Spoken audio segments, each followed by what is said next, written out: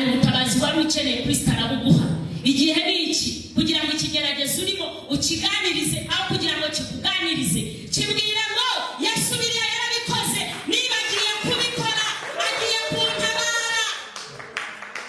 Abisirayeli bari bafite umurengwe, the same story. Natwe ubu turacyafite umurengwe mu biki gihe.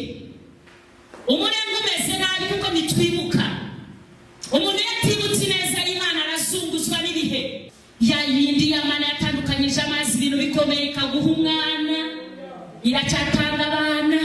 Ya Mana yatumye winjira Kigali nta mwene wanyu uhagira akagucingurira inzira, ikemera ukahatura umwaka umwe imyaka 10 twese n'ibyemeraga, ariko turashimira Kristo utuma ibintu byemera ngo hahirwe ibyanjye bitazagusha.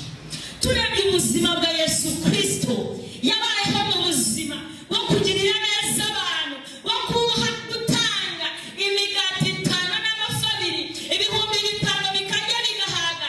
Ariko yasozaga igikorwa cyo kugira neza, abantu bamwe barakiraga bakishima, ariko abandi bayitaga bagwa. Ndavuga abafarisayo n'abanditsi n'abayuda bayitaga bagwa.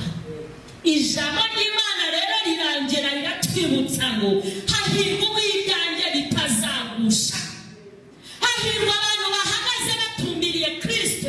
Hahirwa abantu bari maso batazagushwa n'amasezerano, batazagushwa n'umuturanyi wabavuze nabi, batazagushwa n'uko kuboko kw'Imana kwatinze gukora. Ese wabibwiwe n'iki ko byatinze?